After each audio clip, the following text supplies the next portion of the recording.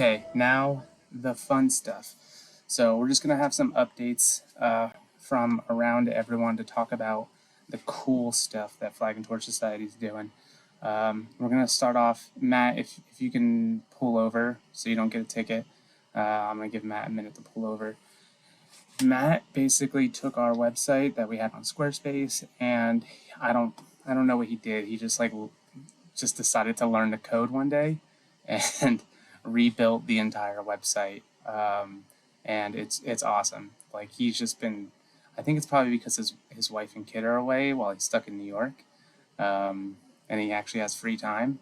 But Matt rebuilt the entire thing, so our overhead for a website, which was like $40 a month, is now nothing. It's $12 a year for a domain, significantly reduced costs of what we pay for, and Squarespace got us on our feet, but now Matt's got us in a place where we're really comfortable, and he just has been grinding with digital integration and really building that up. So Matt, go ahead. You got a few minutes if you want to talk.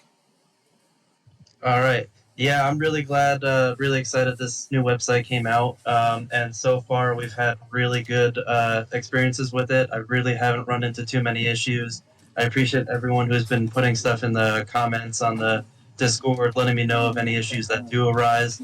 But as of right now, everything's looking good. We have full membership capabilities, our newsletters, everything that we had in the past. Everything's looking great now, and I'm excited that we now have a lot more control than we did before. Meaning, all of the things that we can do for projects. Penley's going to talk about a couple things here in a moment, but a lot of things that we were not able to really manage well on Squarespace, we now have that capability, and um, really excited for that, being able to integrate more code into the back end and see a lot more things. You guys will see a lot more as the membership portal gets built in upon. Something I'm really looking to add here in the next couple of days is a server status. So our reflectors and ATAKs and different things that we're going to talk about here in a moment, you'll actually be able to see a live server status. So you can look at everything that we have as an overview to make sure that it's up and good, as well as access the portals for that or the various servers. Um, and as for the membership, different things with your accounts. Like Rob said, just make sure you update your um, different AWL status, throw your call signs in there so we can actually see who you are, as well as your emails. Make sure they're not spam ones, so that we can actually reach you, because there will be actual account things going to these emails now. So your password resets, different things like that. Make sure you have a good email that you will check in there. You could also throw your phone number in there. We would appreciate that if we ever need to call you about your car's extended warranty or coordinate different things for events. And that's all I have. Yeah, Matt's got a lot of cool stuff on there. One thing to mention is we did link our Google Drive to there, so you can go in there as long as you're a full member. You can get onto your account, you can go into the Google Drive, and you can see all of our documents now. That was a hard thing before, sharing documents. Now you guys can go in there, you can see all the ATAK certs, all the meeting documents that we have, whatever we have that we got to get this club up and going. It's shared in that resource in there, so you guys can access it. That's one big thing, and there's something else I wanted to say and I forget. Um, oh, um, we want the website to also be something that people go to for a reason. One thing I'd like to do is just any resource that you find that's not on there. If you're like, hey, this is cool, this is great for, SDR listening, this is great for, on the military side, hey, I always go to this website for help for this piece of equipment or whatever. If it's any good resource at all for amateur radio or communications in general, send us a link. We'll go through it, we'll look at it, and we'll tag that link and a picture onto our website under the resources. So it's something I use all the time where I'm like, crap, what's that website again? And I go to our resources link, and there's a ton in there that I've put in and I'm sure there's a lot more. Even if it's CAC enabled, we'll just put the splash page on there, and then you know, if you have if you need to get behind that with your CAC, you can do that. But that's a big thing. Jake, you're holding your hand up. Hey, so great job on the website, Matt. I've been scrolling through it here for the last 5 minutes, updating things. It's very well done, very well done. One thing I maybe think about adding, I'll work with you, Matt. I have a spare older HF radio. I'm thinking of internet connecting and giving the password and login. So if club members are, say, mobile and want to work HF radio remotely, they could log into it, use that, using that login to like find the password to log into the system. I forget what the software is called. It's pretty easy to use, but setting up a So club there's HF radio to use. absolutely. Please shoot me a PM about that so I can re-hit that up later. But yeah, look into remote ham radio for doing that. Yeah, Um, that's what it is. Yeah. And I can link and, you. I can link you in with oh god, what's his name? Paul from down in Oklahoma. So Paul was down there when I was down at school, and he hooked me up. I did some contests with him, but when I was over here in Europe, he hooked me up with the same thing. He got a 7300 hooked up, and I ran the Oklahoma QSO party with him when I was bored at work. So it was something just to get away and kind of break free. And I was able to do it, even though I couldn't, you know, I didn't have enough set up here to be able to play. I could go full power 100 watts out of Oklahoma and burn it down for his club. So it was really awesome. Matt, did you have anything else to add about the website? not that I can think of. I mean, there's going to be continuous editions, so make sure you guys are keeping out an eye out on the Discord announcements for that stuff. And if you guys have any issues, just make a support ticket on Discord. And oh, the support team. That's what I wanted to mention. I'm sorry. The support team. Now that we have a lot more capabilities at our hands, I want to actually really integrate that support team that we conjured together a while back. So anyone who's on that team, please keep your ears out as I will be putting information out for different permissions and things you guys will be able to do on the website as well as the Discord. Because now that things are integrated, it'll work a lot better. Another thing. Connect your Discord to the website. It's a really easy way to get that club member role without needing to start a support ticket anymore. So if you go on the website and you buy your membership and you connect your Discord to the website, boom, you have your role. It takes about 2 minutes. It's not instantaneous, but immediately after uh, you pay and you get that Discord bot connected, you should be good to go. God, I don't want to do this. Hold on. I'm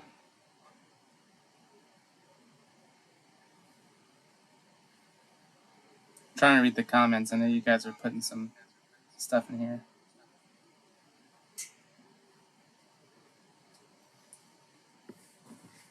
Guess I can't see it. Oh god.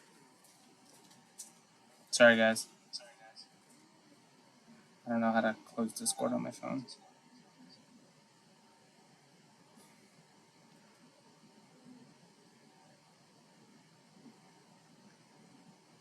Someone help me. There we go. What's up? Sorry about that, guys. Okay, so we hit the website. Just check it out. Get on. Play around with it a little bit, and oh, suggestions. We need suggestions. It's never going to get better unless you give us suggestions. So drop suggestions, and if we hate it, we'll tell you in a nice way. If we love it, we'll do it. So that's the only way to keep things going. All right, so we'll go on to the next topic, and I think that is talking about ATAK. DJ, you want to give us a little rundown on what you've been working on? Oh, there you go. Oops, turned my camera off. Hey, how's it going, everybody? Good afternoon. Yeah. So as we've been talking about ATAK, the Android Tactical Awareness Kit, it's been a very long battle trying to get ATAK installed. There's many different flavors to ATAK. They have like free TAC server. They have TAC router. Then they have open TAC. It's just an Android application that allows for us to communicate to each other. Um, I finally got a server up running in Docker after following the instructions for about 2 days. It took me to install this thing. I'm working on a simplified guide right now for it to publicize on the group stuff for us to have so we can start federating servers, which would mean people would be able to host ATAK servers and we'll have like a redundancy. Like if my server goes down, the traffic will get forwarded to another person's server. What's going on, sweetheart? Yeah, I'll fix it in a bit, baby. Here, Raska, fun. I'll fix it in a bit, baby. All right. Yeah. Yeah, I see it. I'll fix it in a minute. I'm in a meeting right now. All right. So, I will I'll be pushing out some more information to follow on the ATAC stuff, but the certs are available on the Google Drive as well. So you'll be able to like log in on your phone, be able to message each other. Some questions I wanted to throw out to the group was for one would be plugins. I don't know if we could do like a tally roster or something to see about plugins that we would want to run on there, you know, because ATAC Mill has like over 200 something plugins. I don't think we're going to be needing a Cburn plugin for our little group doing stuff, but just something that's like simple, you know, like how Matt was saying with putting up server statuses, us being able to possibly get space weather put onto the Android app. We'll have to write something up in Java and build a plugin. But I think it will be very viable. But just I'll probably throw some ideas out there, and you guys just let me know. My final thing is I'm working on putting the server on a Raspberry Pi 4 to test it out to see how hard I could stress that little Pi to see if it blows up or bursts into flames. Because I'm running it on a big time server, a Dell 720 XT. It's got enough computing power to run like 20 TAC servers, but I just want to downsize it to see what the scalability is. You know, like if a oh crap moment hits the fan and the internet goes down, how would we still be able to communicate over our upper TI or tactical infrastructure of the internet versus going back to pen and paper or CW over ATAC? You know, how could we integrate this to help us still be able to communicate and have fun over this tool? It'll be a fun adventure, but that's all I have so far. Yeah, and if you guys have never used it before, also on the Google Drive, I made a video of how to load it onto your Android phone. I'm sure the same principles apply for WinTAC, but not for Apple. I know, DJ, if you look on, I don't think you have an Apple phone. I'll show you the instructions. You just have to make a data package. Yep. Yep. I'll get that done. Yep. And then, so that's just a small baby step. Think of it as APRS for now, but the capability of what you can do and how we can integrate it can be really cool. So don't expect anything crazy from it right now, but this is just one step forward of how we can get on this, and then how we can learn together, and then honestly, like this is stuff that people are actually using in the real world. So we can learn things and we can grow and do all that. So it's a really cool thing. I'm on it on my phone. I just got it hooked up today. So if you can figure out how to message me, it'll be on. All right. Any questions for the ATAC portion? Not so much questions, but a comment. I did some thing for ATAC, WinTAC, ITAC, all that kind of good stuff. And I looked over the documentation and I downloaded my Windows computer and also onto my iPhone. I think that the next phase will be putting it on my iPad. Very impressive. I can see it being very useful for any organizations, specifically if you're involved in any type of MCOM work with more than two people, it could be very beneficial to the cause. Thank you. Yeah, no, you're 100% right. There's a lot of people using this. I say Aries because that's what we know, but you know, firefighters out in forests and stuff like that, where you're widespread geographically, or in cities and stuff like that. This is actually being used by them, on top of any military application there might be. But it has a lot of resources that just takes time to dig into. And when we have like a widespread community like this, we can actually show that you can talk all over the world, and kind of pass data and pictures and stuff like that. So it'll be really cool when we grow it and develop it. So I'm excited for what you come up with, DJ. Thank All you. right, Thank you. all right. Penley, you're up on the list. I don't know if you're still driving, or if you can give us a lowdown. There's Mr. Penley, the modern ham himself. He's going to give us a little lowdown on our reflector. So there's not much to say here. I did make a presentation, but I don't have screen sharing permission maybe in here. I'm not sure. But I did post it in the digital modes channel if you want to take a look. But I just want to give a brief overview. A reflector, if you haven't used one, utilizes digital modes from like the big three, so DMR, D-Star, System Fusion. They also make P25, but we don't have that capability yet. But it basically is a server that lives in the cloud, and now people can use hotspots to connect to it, and they use their hotspot. It's kind of like a simplex radio that integrates into the server, clicks their signal back down to whoever might be subscribed to it, or also connected to the same node. So if you guys have either a DMR radio or a System Fusion radio or D-Star, right now you can connect to that reflector, and you can talk to other users that are using the same protocol. In the future, we would like to have something called transcoding, and for that, we need a transcoding server. And what that would do is convert between DMR, D-Star, and System Fusion so that other users can talk to different modes without doing some type of cross mode, which I go into detail in the PowerPoint. I think it was Paul. He had success using a DMR radio to connect with a cross mode using System Fusion. So he was successful in doing that. But in the end, if he's connecting with Fusion, so he's still only going to be able to connect to other System Fusion people when he does that. So in the future, we do need to add that transcoding capability. There are 2 hardware devices that we need that will do the decoding or encoding for us. I think they're like $114 each. It's in the power. But just something to think about down the road. If you guys are like really into the reflectors and you want to be able to have that cross mode capability, that's kind of what's on the list. But as of right now, it's on the PowerPoint, but it's at xlx.flagandtorchsociety.com, I think, or is it .org for a domain? .com. One of the .com. Okay.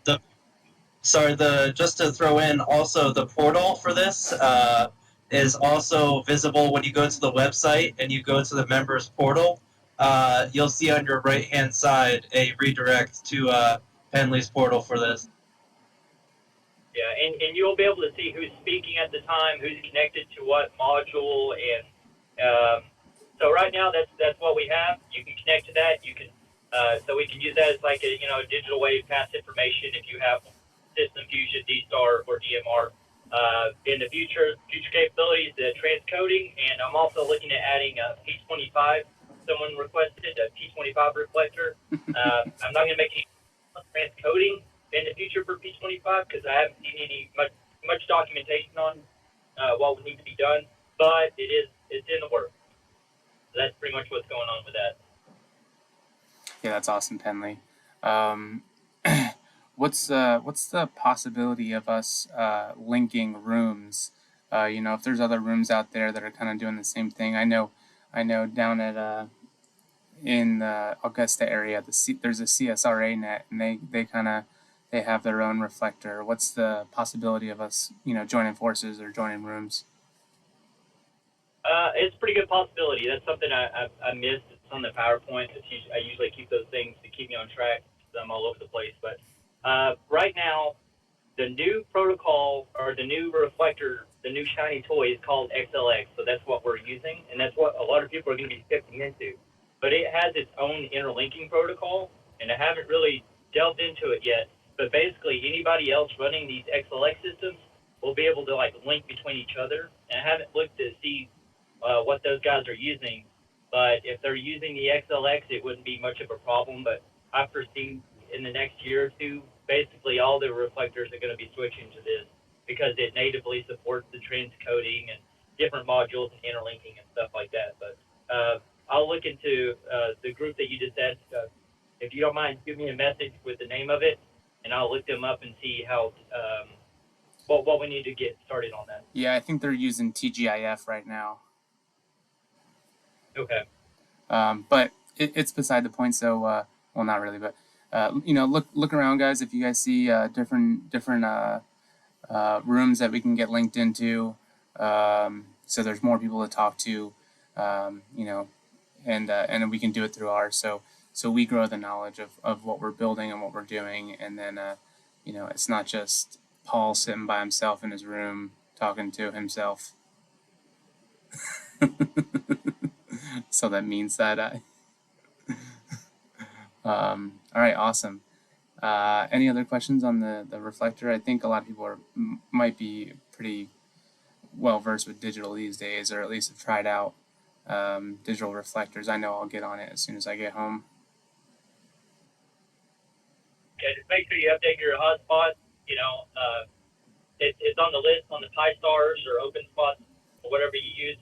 Make sure you run the update, and then whatever mode you choose, it will be XLX Flag and Torch Society would be or 946. I believe it's the number off the top of my head. XLX 946 is what it will be called.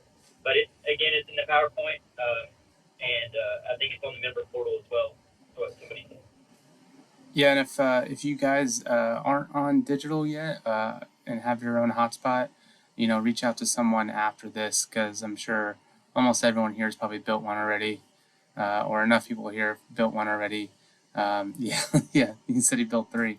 I know I built one, he built 3.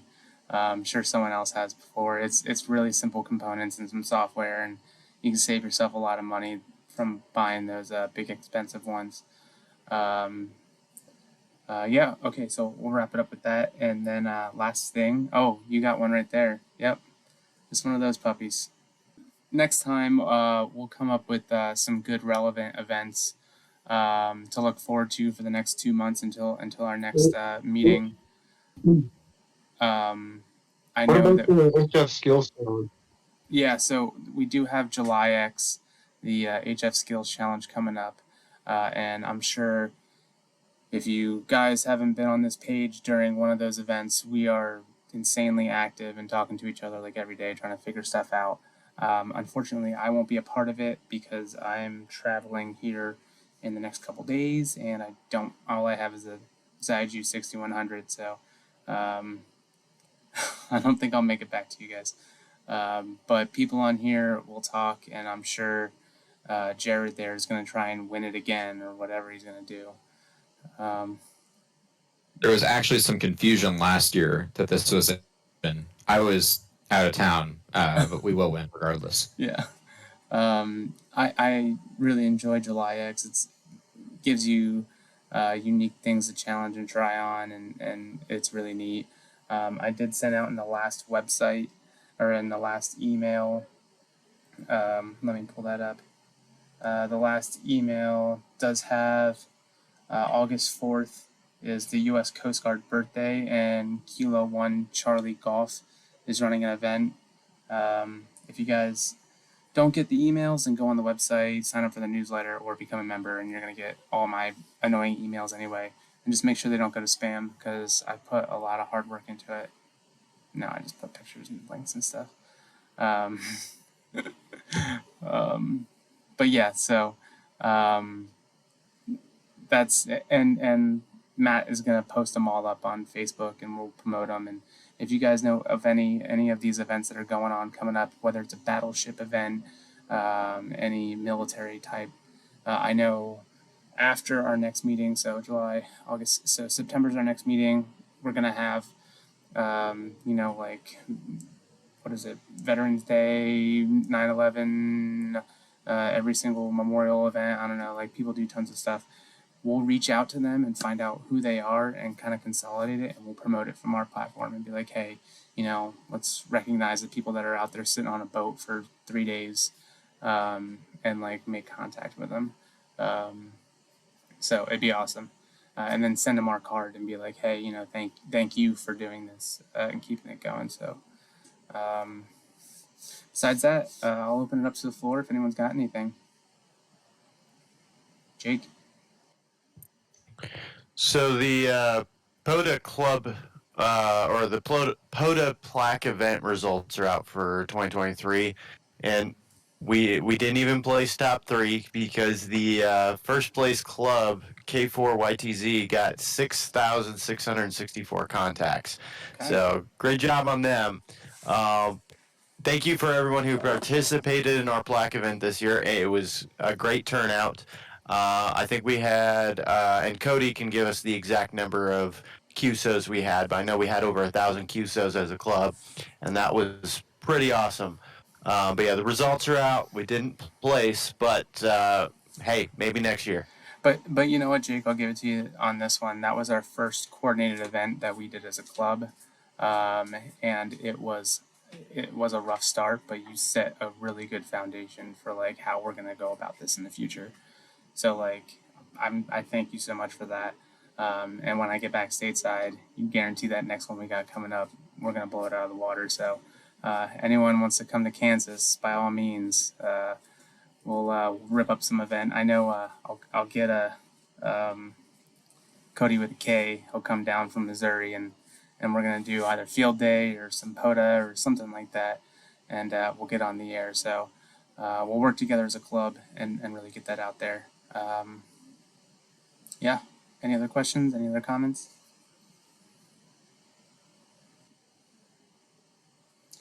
So this is my first year participating in the HF Skills Challenge, and all the descriptions are pretty broad.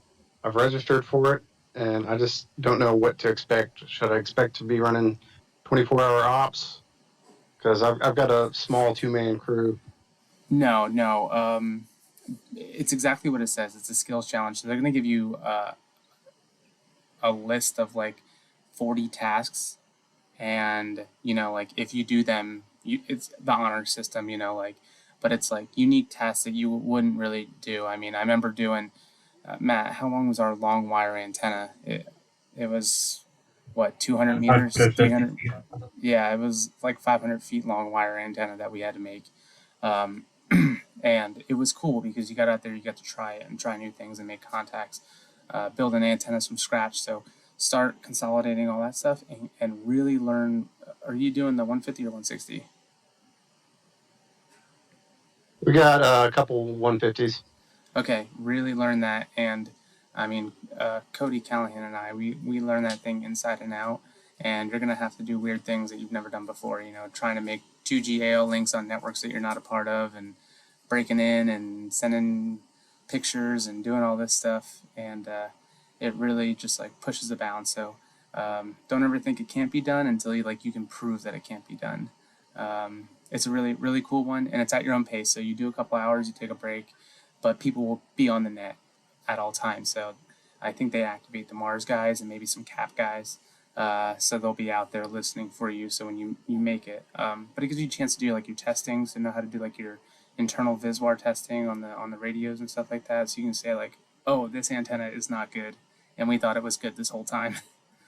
Yeah, if you need help, shoot out to any one of us in here. Myself, Jared, Matt, Jake, Cody, Rob. We've all been in these competitions for a couple years now. It's not a competition, but the skills challenge, and we can help you through some of it, man. All right, I appreciate it, guys. Yeah. Hey, and appreciate the new faces, and hope to see you guys. We're gonna come back around. We're gonna do every 2 months to add some substance to our meetings. This one, I love the topics, and hopefully we evolve. But also, we're always here in the Discord. We're always hanging around, and once I get back in a few weeks, this thing will be up and running all the time. So you can just holler at me, and I'll hop on the radio. All right, guys, we're gonna call it there, and I'm gonna cut the recording.